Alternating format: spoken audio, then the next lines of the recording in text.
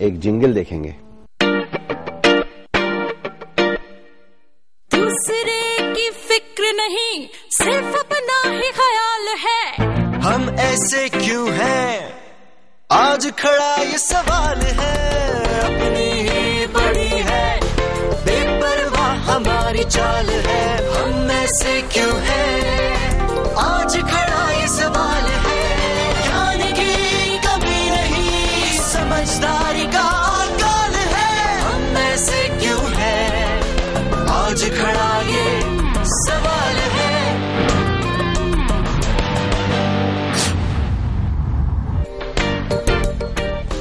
आज हमारे साथ हैं स्टूडियो में Deepika Singh, director of Garuda resorts and owner of a chain of resorts called Garuda. साथ में हैं हमारे air commodore L K. Sharma ji, he is the director of institute of career studies. आप दोनों का स्वागत है। आपने कान्हा में रिजॉर्ट हैंडल करी, साथ में आईटीसी में भी काम किया। क्या अनुभव रहा है आपका आज तक? जैसे आपके जिंगल में था कि दूसरों की नहीं सोचते, अपनी ही पड़ी है।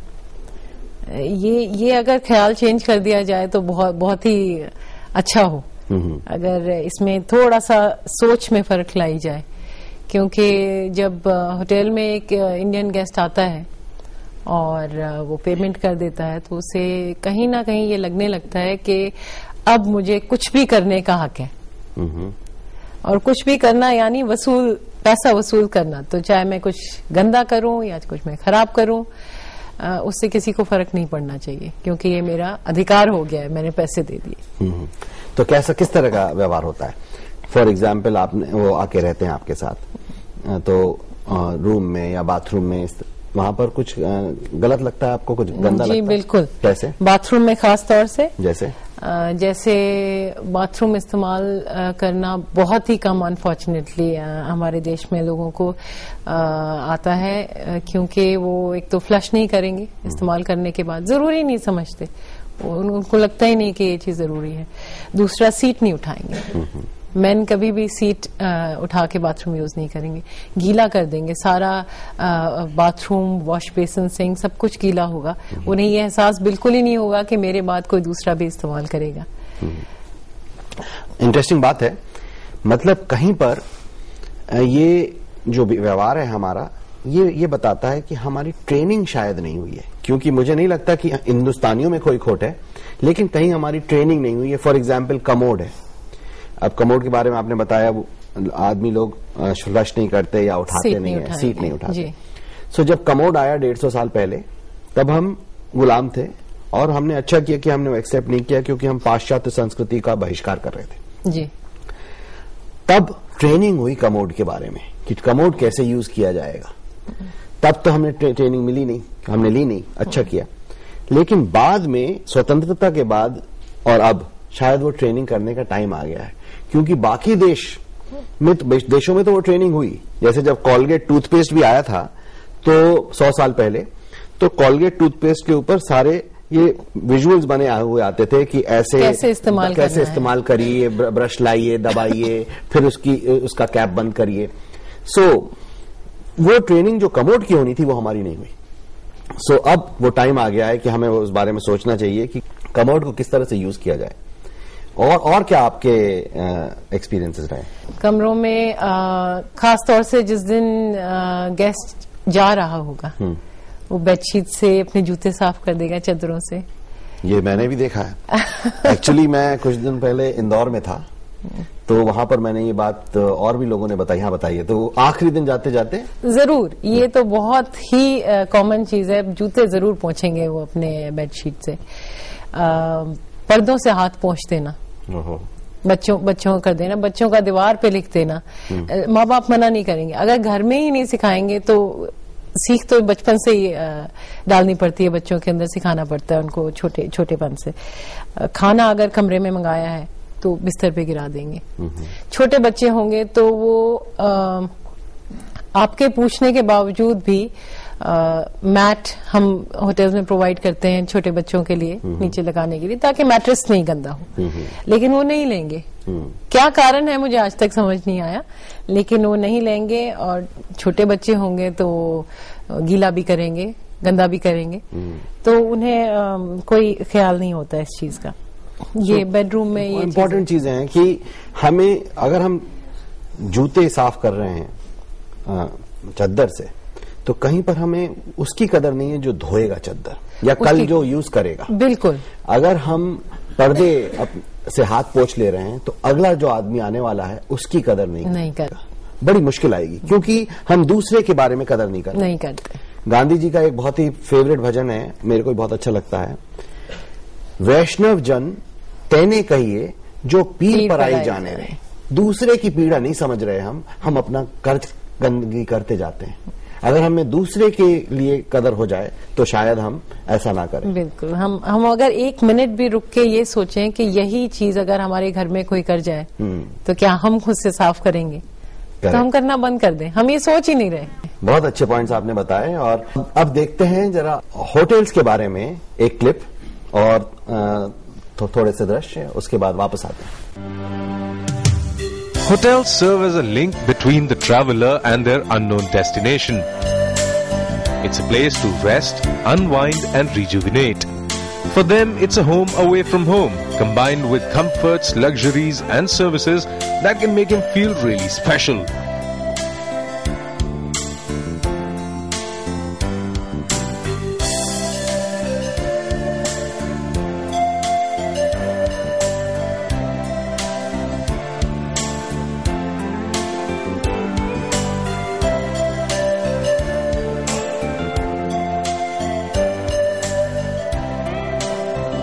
Hotels are a window to showcase the culture, tradition and hospitality of the city and the nation.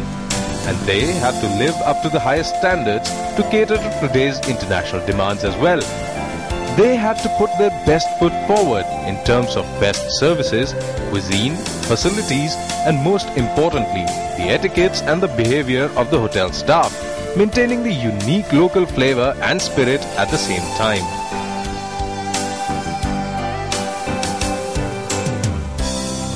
Talking of etiquettes and behavior, it's important to look at the way these wonderful facilities are used by the visitors. There have been several incidents involving misuse of the facilities, flouting of rules, and even rowdy behavior with the staff. It is expected that all of us understand the value of such fantastic facilities and make sure that basic social, civic and common sense prevails. Like any other place in the world, the receptionists are believed to be the most informed people, and that's what we deal in our daily work routine. The queries of different people come with a view that they will get the right kind of help and information from us. Mostly complaints में हमें act करना होता है, जो भी time provided होता है, time limits बन जाते हैं उसमें।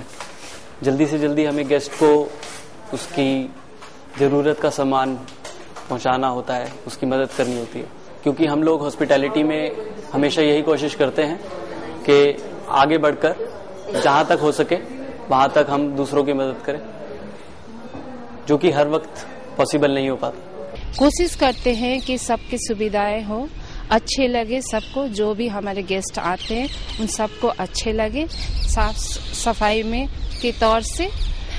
लेकिन कभी कभार हमें दुख भी होते हैं कि जब गेस्ट आते हैं जिन लोग हमारा ये जगह का ध्यान न रखते हुए, कभी कभार ऐसा होता है चाय पी लिया, जमीन में फेंक दिया कप वप, तो हम चाहते हैं ये सब चीजों में थोड़ा उनकी तरफ से भी थोड़ा प्रयास हो साफ सुथरा रखने के लिए। छोटी सी प्रयास है हम लोगों को, और हर समय हम एसी वगैरह लाइट वगैरह का ध्यान रखते हैं कि उसको जब यूज में ना हो तब हम बंद रखें। जब भी हमारे गेट से कोई भी गाड़ी एंटर होती है हम लोग उसको प्रॉपर तरीके से चेक करते हैं। काफी समय जो अधिकतर गेस्ट यहाँ पे पोलाइटली हमारे साथ कोऑपरेट करते हैं, लेकिन कुछ गेस्ट हमारे से एंग्री करते हैं। वो कहते हैं हम लोग क्या गलत चीज लेकर आए हैं, आप हमारी गाड़ी को क्यों चेक कर रहे हैं, हम नहीं तो चेक कराते। लेकिन हमारा काम यही होता है कि हम उनको अपने तरीके से समझाते हैं पोलाइटली और अपना काम अच्छे से करने की कोशिश करते हैं। हमें कई बार कठिनाइयों का सामना करना पड़ता है और काफी लोग हमारे पे गुस्सा करते हैं, लेकिन हमें अपनी ड्यूटी करनी होती है क्योंकि हम उनकी सेफ्टी के लिए काम कर रहे हैं यहाँ पे। सो इस क्लिप में आपने देखा वो जो लेडी कह रही है वो वैसी कुछ बात कह रही है जैसी दीपिका जी ने हमें बताई, और वो जो सिक्योरिटी इंचार्ज वो व्यवहार पे बात कर रहा है कि दुर्व्यवहार करते हैं, तो उस पर हम बाद में आएंगे।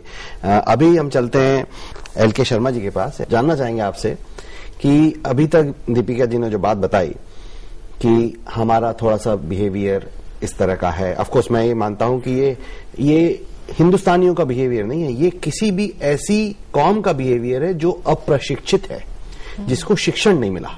आपके क्या कमेंट्स हैं इस पे? आप अपने जो स्टूडेंट्स को ट्रेन करते हैं उनको बताते हैं कि इसको कैसे हैंडल करेंगे और कैसे इंप्रूव करेंगे? जैसा कि आपने क्लिप में दिखाया, होटल इंडस्ट्री में is a home away from home. Correct. अगर उस जगह को आप अपने घर की तरह रखेंगे, जैसे अपने घर में सफाई रखते हैं, उसको भी ऐसे रखेंगे तो ऐसा दुर्व्यवहार नहीं हो पाएगा। चाहते क्या है, जब पेमेंट कर दी है सोचते हैं कि हमने इस चीज को खरीद लिया, जितने दिन के लिए पेमेंट की है, 2 या 3 दिन के लिए पेमेंट की है, वो सोचते हैं कि हमारा पूरा राइट है जो भी वहां पर करें। ये गलत चीज है। हम स्टूडेंट्स को ऑलवेज बताते हैं कि हाईएस्ट लेवल ऑफ इंटेग्रिटी होना बहुत जरूरी है। जब वो होटल इंडस्ट्री में काम करते हैं, they are representing the nation, they are representing the culture of the country and they are the mirror of the country. उसमें हमेशा एम्फेसाइज किया जाता है स्टूडेंट्स के ऊपर कि आप हमारे कंट्री को आप प्रोजेक्ट कर रहे हैं, और जो आपसे फॉरेनर्स मिलेंगे या जहां जिस होटल में आप काम करेंगे, आपका जो बिहेवियर पैटर्न होगा उससे मालूम पड़ेगा कि इंडियंस बेसिकली क्या है। एज लॉन्ग एज उनका बिहेवियर ठीक रहेगा, इंटेग्रिटी लेवल ठीक रहेगा, और विदाउट स्ट्रेस जो है वो अपने आप को काम करेंगे, दिल लगा के काम करेंगे, उनसे गलती का चांस कोई नहीं है। तो इन चीजों को हमेशा हम ध्यान रखते हैं और स्टूडेंट्स को एम्फेसाइज करते हैं कि इन चीजों को अपना मूल मंत्र बनाएं और जैसा भी हो इसको प्रोजेक्ट करें। आपने तो बहुत अच्छी बात करी। तो क्या आपका अनुभव रहा है कि जब हम लोग बाहर जाते हैं, फॉरेन कंट्रीज जाते हैं, तो क्या हम बढ़िया कंप्लाई करते हैं रूल? हमारा बिहेवियर पैटर्न बिल्कुल चेंज हो जाता है। क्यों? जो हमने बताया, वहां पे जाके देखते हैं कि सब लोग नम्रता से बिहेवियर कर रहे हैं। अब देखिए यहाँ पर जाके मिडिल ईस्ट में जाइए, जरा सा भी कोई गुनाह करता है, अब जानते हैं पनिशमेंट वहां पे क्या है। वहां पे ऐसे गुनाह नहीं होते। वहां पे जाके हमारे इंडियंस काफी रहते हैं, हमारे भारतीय काफी रहते हैं, ठीक तरह बिहेव करते हैं, कोई दिक्कत नहीं होती। Why should they come and do it in India? Because यहाँ पर they get away with it. थूक फेंक रहे हैं, पान ये बड़े दुख की बात है कि फेयर का कॉन्सेप्ट जरूरी हो गया है कि डर नहीं हो तो आदमी कुछ करना नहीं चाहता। नहीं, वेरी गुड। मतलब डर के बगैर अनुशासन नहीं आएगा। सो हम मदरलैंड में जब हैं तो हम नहीं मानेंगे, लेकिन जब हम फादरलैंड में जाएंगे किसी दूसरे के तो हम मान जाएंगे। मदर की बात नहीं सुनते क्योंकि मदर प्यार से बोलती है, तो इंडिया जो है वो मदर है तो हम उसकी बात नहीं सुनते। लेकिन जब हम जर्मनी जाएंगे वो फादर है, वहां बात मानेंगे सर। वहां पे पनिशमेंट्स हैं, जरा भी गुनाह करेंगे आपको पनिशमेंट मिलेगी। गलत ड्राइविंग करेंगे इमीडिएटली आपको चेक किया जाएगा, आपको पनिशमेंट मिलेगी। तो कुछ भी काम गलत करेंगे आपको पनिशमेंट मिलेगी। यहाँ पर they get away. Why should they get away like this? Not right. So शायद अगर हमें पनिशमेंट्स के बारे में बात करनी है तो वो भी हमें एक हाइजीन पॉलिसी होती है। जैसे फॉरेन कंट्रीज में कई होटल्स की हाइजीन पॉलिसी होती है, वो शुरू में ही दे दी जाती है और लगी भी रहती है वो हर रूम में लगी है कि अगर आपकी ये गंदगी हुई या हमारा कुछ टावल गंदा हुआ या ऐसा हुआ कि यूज नहीं किया जा सकता, तो वो चीज आपको दे दी जाएगी और उसका पैसा काट लिया जाएगा। Definitely this is. अगर ऐसा करें तो क्या होगा? मैं थोड़ा सा इस पे अलग विचार मेरे इसलिए हैं क्योंकि मुझे लगता है ये इम्प्लाई करना बड़ा मुश्किल काम है। क्योंकि कई चीजें ऐसी हैं जैसे पर्दों से हाथ पोंछा या च्युइंगम कहीं चिपका दी, या जो चीजें बाद में पता लगती हैं जो उस समय नजर ही नहीं आती। या आपके पास बहुत बड़ा ग्रुप आया हुआ है तो आपका सारा स्टाफ बिजी हो जाता है, उस समय वो कमरा चेक ही नहीं कर पाता। मेरा ये ख्याल है इसमें, जैसे आपने शुरू में कहा था कि एजुकेशन बहुत जरूरी है, सिखाना। वो एजुकेशन कहाँ से आएगी? क्योंकि जो लोग ये कर रहे हैं उन्होंने घर में तो ये सीखा नहीं, ये तो बहुत ही क्लियर है, घर में उन्होंने सीखा नहीं। अब मे बी ये स्कूलों में अगर कर दिया जाए, मेरा एक ख्याल है कि शायद स्कूलों में सिखाने लग जाए कि आपका क्या बिहेवियर होना चाहिए एक दूसरे के साथ। क्योंकि इतनी कमाल की बात है हमारे देश में जहां हम गाय की तो पूजा करते हैं और एक इंसान, मैंने घरों में भी देखा है, अगर आपका कोई काम कर रहा है, आपका सर्वेंट है, आपका ड्राइवर है, या जैसे होटलों में आपके सर्व करने वाले होते हैं, उसकी आप इज्जत नहीं कर सकते। आप जानवर की करने को तो तैयार हो, वहां भी एक डर का फैक्टर है क्योंकि आपको ये लगता है कि भगवान नाराज हो जाएगा, नाराज हो जाएगा, नहीं तो पुरोहित वगैरह नाराज हो जाएंगे। एग्जैक्टली। जो संत महंत घूम रहे हैं वो नाराज हो जाएंगे। लेकिन इंसान को बुरा बोलने से, जो आपसे छोटा है या काम करता है आपके लिए काम करता है, वो मैं समझती हूँ आपके बराबर है, वो इज्जत से अपना काम कर रहा है, तो वो आपसे किसी तरीके से कम नहीं है। तो उसे थैंक यू बोलना भी मैंने देखा है जरूरी नहीं समझता कोई। अगर कोई सेल्फ डिसिप्लिन जो होता है